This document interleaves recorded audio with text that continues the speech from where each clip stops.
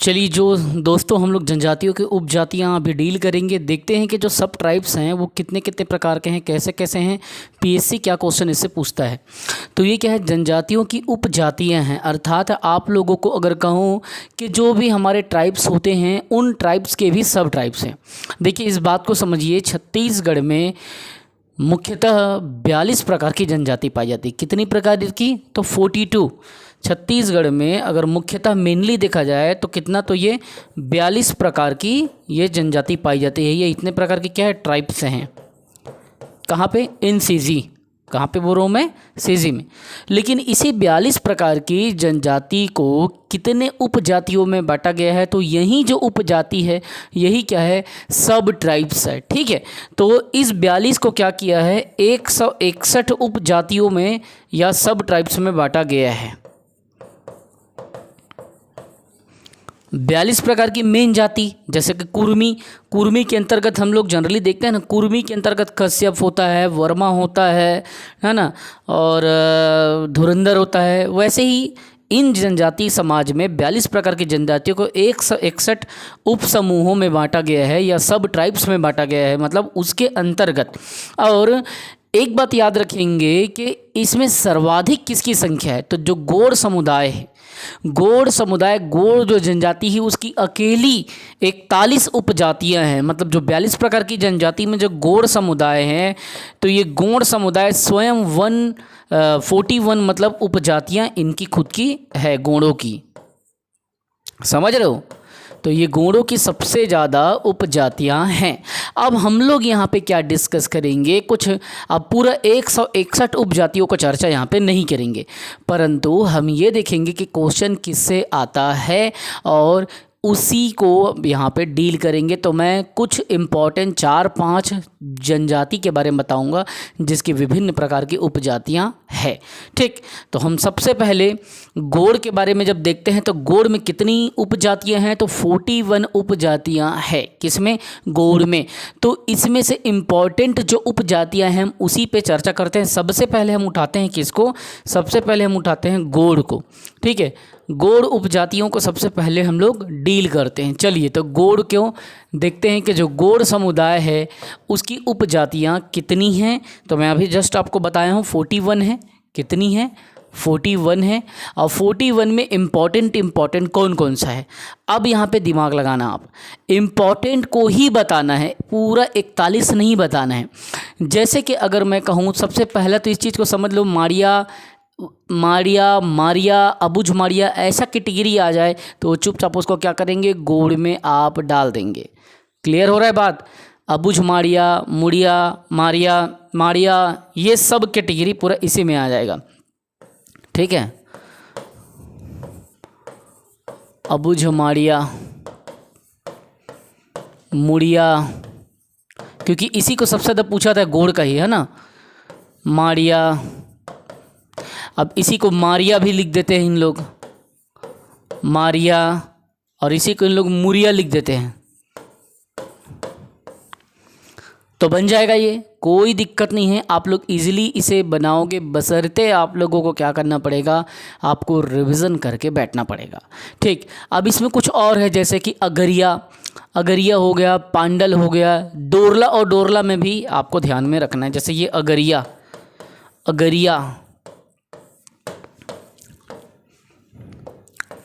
पांडल, डोरला को डोरला भी बोलते हैं, याद रखेंगे आप। ठीक, तो डोरला और डोरला एक ही है, वो बस प्रोनाउंसिएशन का खेल है। कई क्षेत्र में द को ड बोल देते हैं। जैसे दीपक मेरा नाम है, कई जगह गांव में दीपक करके भी मुझे बुला दिया गया है, ऐसा। जैसे कि कंडरा और कंतरा है ना, जैसे कंडरा को कई बार कंतरा भी प्रोनाउंसिएट किया जाता है। तो ये भी गोंड जनजाति की उपजाति सब ट्राइब्स के अंतर्गत आता है। और इसमें और क्या क्या आता है, जैसे प्रधान, ये है ना, प्रधान अलग चीज़ होता है, इसी में आता है प्रधान। ये प्रधान के बारे में बता रहे हैं अपन, है ना। तो ये चीज़ आप दिमाग में रखेंगे, अगर प्रधान बोलूँ तो इसकी जनजाति की बात आ जाएगी। प्रधान कहूँ तो वो फिर एससी कम्युनिटी में चला जाएगा, ठीक है। और ओझा, ओझा भी इसी में आता है। और कई यूनिक सा भी आता है, जैसे कि आपका कोइकपाल, ठीक। कोइकपाल के बारे में एक बार पूछ दिया गया था, एडीओ में भी पूछा था उसको। और ध्रुवा, कोया, कोयतूर, अच्छा कोयतूर मतलब पर्वतवासी, याद रखेंगे आप, ठीक है।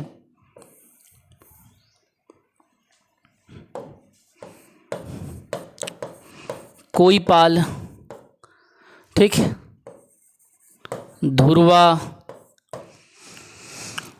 और कोयतूर। कोयतूर का मतलब पर्वतवासी। कई बार इससे ऐसा भी क्वेश्चन पूछा गया है कि कोयतूर का मतलब क्या होता है। कोया, तो ये सभी जनजाति इतनी इम्पोर्टेंट है, इससे बाहर कुछ नहीं आएगा। आप इसको याद रखेंगे कि टोटल गूढ़ों की 41 उपजातियां हैं, जिसमें से इम्पॉर्टेंट में अबुझमाड़िया, मुड़िया, माड़िया, मारिया, मुरिया, अगरिया, ठीक है। जैसे मुड़िया बोलूँगा, मुड़िया को मैं क्या कह सकता हूँ, मुरिया कह सकता हूँ। मारिया बोलूँगा उसे मारिया। अड़ा और र का प्रोनाउंसिएशन का खेल है चीज़ वही, परेशान होने की जरूरत नहीं। अगरिया, पांडल, दोरला और डोरला, कंडरा, कंतरा, ये भी एक ही है। प्रधान, ओझा, कोइपाल, ध्रुवा, कोयतूर, कोया। तो इस तरीके से अगर ये चीज़ पूछा जाता है तब आप इसे बताएंगे। और इसको कितनी बार पढ़ेंगे आप, 5 बार 6 बार आप क्या करेंगे, रिवीजन करेंगे, तब जा कर के आप इसका बना सकते हैं। और ये इतना इम्पोर्टेंट है कि इसको पूछता ही है, ठीक है, इसे पूछता ही है। तो ये गौड़ हमने देख लिया। अब हम देखेंगे किसके बारे में, तो हम लोग उरांव जनजाति के बारे में देखेंगे कि उसकी क्या क्वेश्चन को पूछा जाता है। उरांव, जब आप उरांव को देखते हो तो याद रखेंगे उरांव से भी प्रश्न आते हैं, और इसमें भी ज़्यादा आपको परेशान होने की ज़रूरत नहीं है। लेकिन एक क्वेश्चन तो आता ही है, क्योंकि सीजीपीएससी में 2014 में पूछा था, 2017 में भी पूछा था, मेंस में भी पूछा था। और 4 नाम दे देंगे, बोलेंगे उरांव की उपजातियों को पहचान करें, ठीक है। जैसे कि इसमें आता है कुडास, कुडास, किसान, याद रखेंगे किसान भी इन्हीं की उरांवों की जनजाति का एक उपजाति है, उरांव के अंतर्गत आता है ना। कुडुक,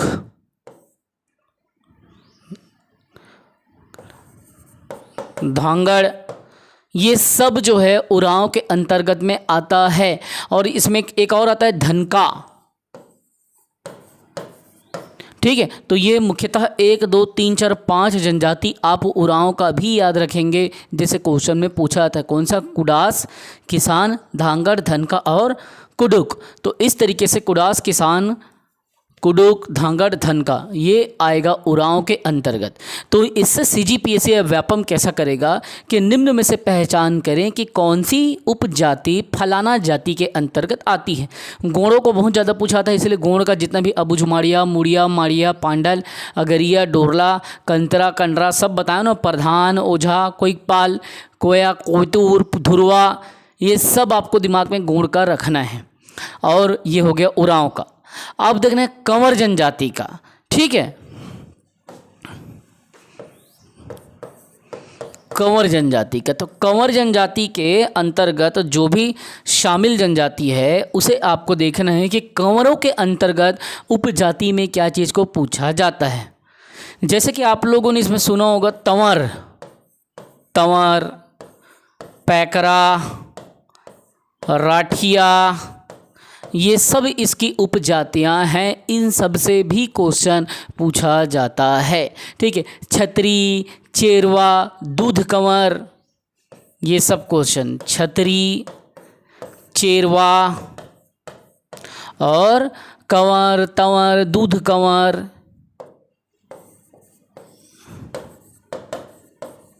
ठीक है। तो इस तरीके से कंवर जनजाति को भी आपको कहा जाएगा कि निम्न में से जनजातियों के उपजाति का क्या करें, पहचान करें। तो ये सब आता है। अब आएंगे भैया किस पे, बैगा जनजाति पे, क्योंकि बैगा जनजाति को पूछा जाता है और आप लोगों को ये बताना है, आप लोग मेरी पिछली क्लास को देखे हो तो, कि बैगा जनजाति क्या विशेष पिछड़ी जनजाति है, और अगर है तो इसका क्या स्थान है छत्तीसगढ़ में, ये भी आपको बताना है। साक्षरता भी मैंने बताया था इसका, और आपको इसके बारे में, बैगा के बारे में भी बताया था। ठीक, तो अब हम लोगों को देखना है, किसको देखना है, तो बैगा जनजाति को देखना है।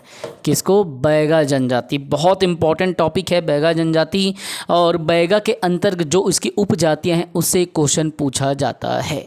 ठीक, तो इसमें कैसे क्वेश्चन बोलेगा कि भैया आप क्या करो, आप इसको पहचानो। तो बैगा में ना क्या होता है मालूम, कुरका बैगा, भैना बैगा, मैना बैगा, ऐसा ऐसा क्वेश्चन पूछा जाएगा। सावत बैगा, तो इसमें ना स्पेशली इसमें बैगा शब्द को अधिकतर जोड़ा जाता है, लेकिन कुछ ऐसे भी उपजातियां हैं जैसे बैगा शब्द को उसमें शामिल नहीं किया जाता है, जैसे कि बिंझवार।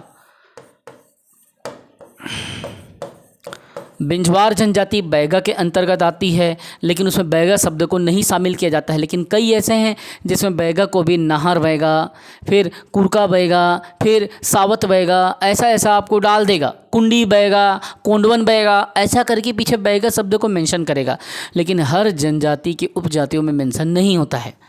ठीक है, जैसे बिंझवार के बाद में आता है भरौतिया। भरौतिया, ठीक है, ये भी इसी का है। नरौतिया,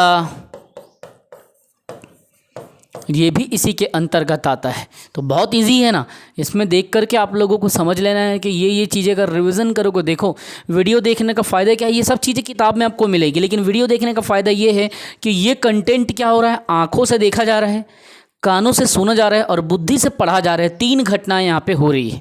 जबकि अब किताब में पढ़ते हो तो क्या होता है, आप देखते हो और पढ़ते हो लेकिन सुन नहीं पाते, और सुनने का क्या होता है, 97% इफेक्ट आपके हियरिंग कैपेसिटी का पड़ता है, हियरिंग एबिलिटी का पड़ता है। सीधा सीधा 97%, 3% आप जो देखते हो और पढ़ते हो उसका इफेक्ट पड़ता है, लेकिन 97% जब विजुलाइज होता है और सीधा आपके कान में घुसता है, वो चीज़ का ज़्यादा इफेक्ट पड़ता है। ठीक है, फिर इसमें और आता है राई, फिर कोडवन, कुंडी, ये सब कैटेगरी जो है, जितनी भी मैं आपको सब ट्राइब्स बता रहा हूँ, बैगाओं के उपजातियाँ हैं, और इससे क्वेश्चन 100% आएगा, क्योंकि बैगा और गौड़ को पूछा जाता ही है। कुछ भी छोड़ो, लेकिन ये दोनों को तो छोड़ना ही नहीं है ना। और उसके बाद में रमैना, बाद मैना, इसमें मैना मैना भी शब्द रहेगा, रे मैना, या इसी को रमैना लिख देगा ऐसा। ठीक है, मैं सब चीज़ को यहाँ पे बता रहा हूँ, इतना डिटेल में आप लोग कोई बताएगा नहीं, लेकिन जानबूझ के बता रहा हूँ। इसी को रमैना भी बोलते हैं और इसी को रे मैना भी बोलते हैं, और इसी में आता है बाद मैना। क्या आ गया, बाद मैना। ठीक है, तो ये क्या है, मैना मैना वाला जो कैटेगरी है, इसको भी देख करके आप पहचान लोगे कि ऐसा आता है। ठीक, अब मैना के बाद में भैना शब्द भी आता है। ठीक है, अब इसमें और आता है आपका नाहर भी आता है। नाहर, कई जगह नहर भी लिखा है, लेकिन एग्जैक्ट प्रोनाउंसिएशन देखा जाए तो इसकी बैगा की उपजाति नाहर बैगा कहलाती है। ठीक है, नाहर बैगा, रमैना, बाद मैना, नाहर, फिर भैना, भैना भी इसमें आता है। भैना, कुरका बैगा, फिर सावत बैगा, ये सब चीज़ें आता है इसमें।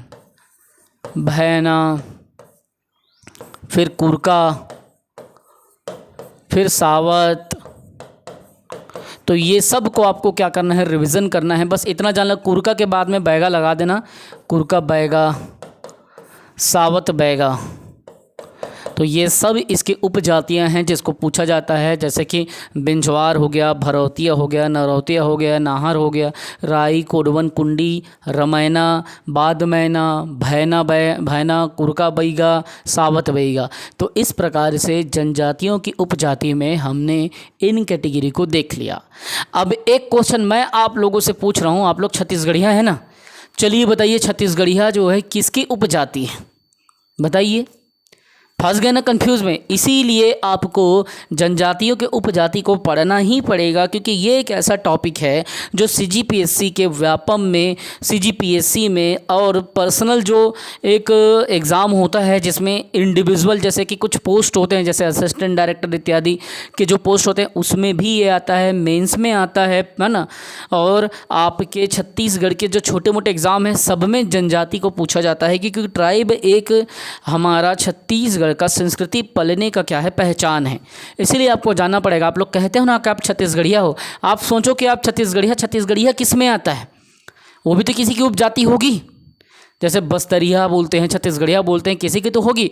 तो हुआ क्या था, मैं आप लोगों को कोटपाट की संधि के बारे में बताया था, हलबाओं के बारे में। तो हलबा क्या है, वहाँ पे हलबाओं को बर्बरता से मार दिया गया था, और बचे हुए जो हलबा थे वो बस्तर से भग के क्या हुआ, वो बस्तर से भग के इस स्थान से, निचली हिस्सा से भग के वो सेंटर छत्तीसगढ़ में आके बस गए। और जिस कारण से यहाँ पे बसने के कारण यहाँ पे हलबाओं का पूरा धमतरी उमतरी महासमुंद वाले एरिया में वो बस गए, और यहीं पे वही जो है वो छत्तीसगढ़िया कहलाए। ठीक है, याद रखना इस चीज़ को। तो ये छत्तीसगढ़िया जो है हलबा के अंतर्गत आता है। ठीक है, सारे हलबाओं को बर्बरता से यहाँ पे काटा गया था, कोटपाट की संधि जब हुआ था तो। ठीक है, यहाँ पे याद करो आप लोग, हलबा विद्रोह याद करो, अजमेर सिंह वाला, दरियादेव वाला जो कहानी बताया था, कैसे कैसे मतलब मराठाओं ने, अंग्रेज़ों ने मिल करके छल किया, अजमेर सिंह को परास्त किया, सब कहानी मतलब आप लोगों को बता चुका हूँ मैं। और यहाँ से भग के यहाँ पे वो आते हैं, और यहीं हलबा ही छत्तीसगढ़िया आता है, अर्थात हलबा की उपजाति छत्तीसगढ़िया है। चलिए, तो हलबा के भी दो बातों को भी यहाँ पे दिमाग में रख लो कि अब हलबा की उपजातियाँ क्या क्या है। हलबा की उपजातियाँ क्या क्या है, जैसे कि अगर बस्तरिया कहा जाए, क्या कहा जाए कि बस्तरिया या बस्तरिया, तो बस्तरिया तो बस्तर के निवासी हो गए, बस्तरिया। तो बस्तरिया का मतलब क्या हुआ कि ये क्या है, ये हलबा की उपजाति है, बस्तर में निवास करने वाली ये शुरू से जनजाति ऐसी थी, हलबा जनजाति, जो बस्तर क्षेत्र में पाई जाती थी। तो आज भी इसकी उपजातियों को उसी कारण बस्तरिया कहा जाता है। ठीक, दूसरा इसी में एक और नाम आता है मरेठिया। क्या आता है, मरेठिया भी इसी के उपजाति का नाम है। और तीसरा आता है जो कि मैंने बताया आपको, छत्तीसगढ़िया, सबले बढ़िया। तो छत्तीसगढ़िया भी क्या है, आपके हलबा की ही अंतर्गत आता है। क्लियर हो रहा है ना? यही तो हमको चाहिए।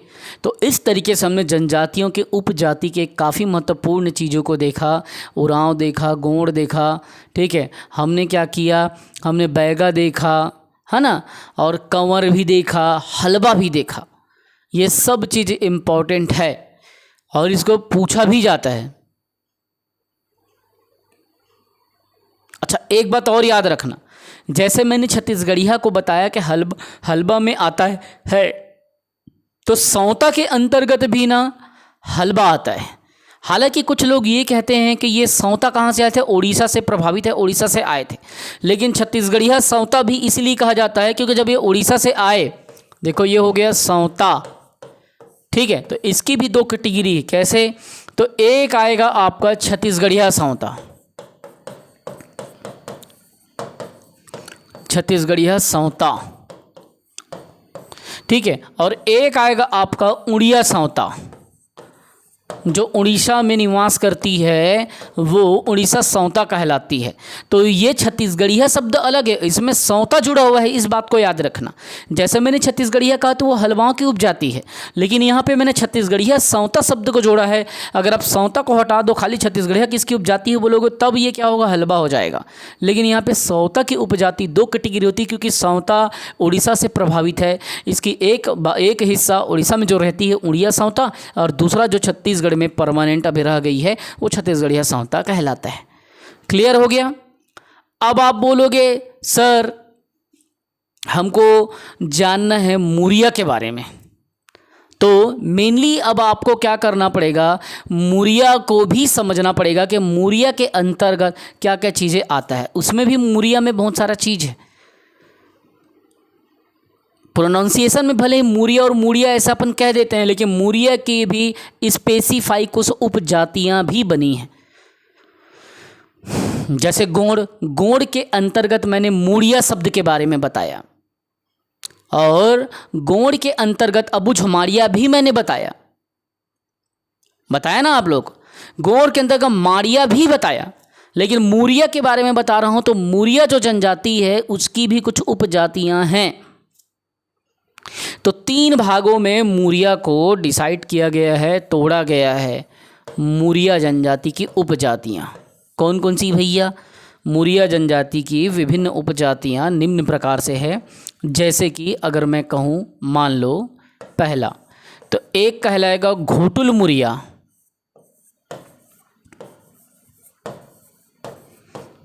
देखो क्या शब्द का प्रयोग हो रहा है। हमने एक चीज़ पढ़ा है ना, अमूरियन देर घोटुल पढ़ा है ना, तो उसी में एक आता है घोटुल मूरिया, जो घोटुल मिस रह के शिक्षा दीक्षा प्राप्त करके जनजाति समाज में जीते हैं। एक होता है राजा मूरिया जो राज करते हैं, और एक होता है झोरिया मूरिया, ठीक है, जो सामान्य आजकल खेती किसानी भी करना चालू कर दिए हैं और वनोपज से भी जी रहे हैं।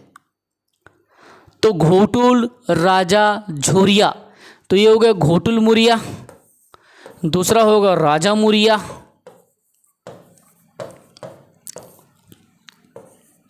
तीसरा होगा झोरिया मूरिया।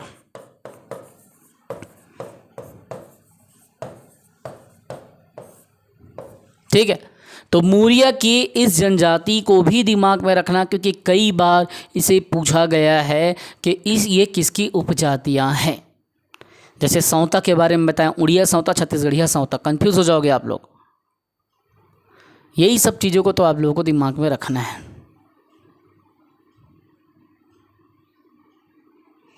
यही सब चीज़ आता है बेटा एग्ज़ाम में।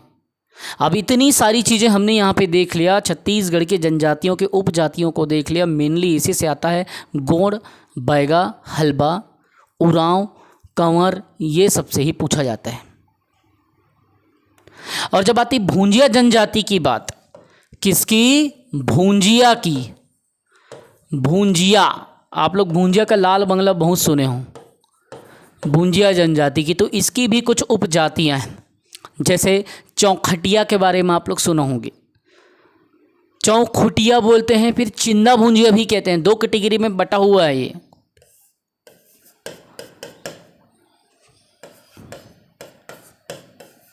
चौखुटिया भूंजिया और एक होता है चिंदा भूंजिया।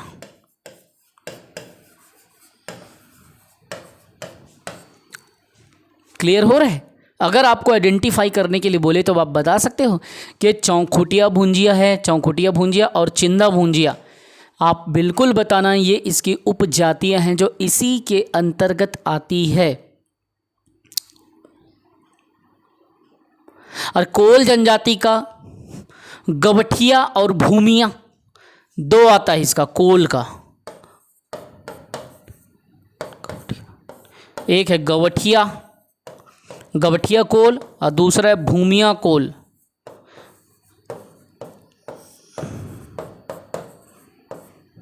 ठीक, कोयले निकालने का काम करते हैं, भूमि खोदते हैं। ये सब चीज़ें भूमिया और गवठिया, ये 2 कैटेगरी में बटा हुआ है। तो इस प्रकार से जनजातियों के सब ट्राइब्स को हमने क्लियर कर लिया, जिसको शुरू में बताया हूँ कि 42 प्रकार की जनजाति पाई जाती है, 161 उपजातियों में बटी है। सर्वाधिक जो समुदाय हैं गौड़ समुदाय के माना जाता है, 41 उपजातियाँ हैं। ये सब बताया हूँ। अब एक बात आपको याद रखना है भैया, क्या चीज़?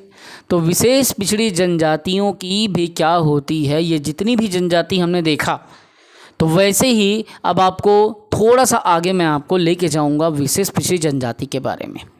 ठीक, तो विशेष पिछड़ी जनजाति का भी बताऊंगा और सामान्य जनजाति का भी बताऊंगा। क्या? तो उनके जनजाति के पंचायत होती है, जहाँ पे डिसीजन होता है, जहाँ पे न्याय होता है, उसके जनजाति पंचायत के मुखिया के बारे में, जो कि मैं अगली क्लास में आपको डील कराऊंगा। जय हिंद, वंदे मातरम।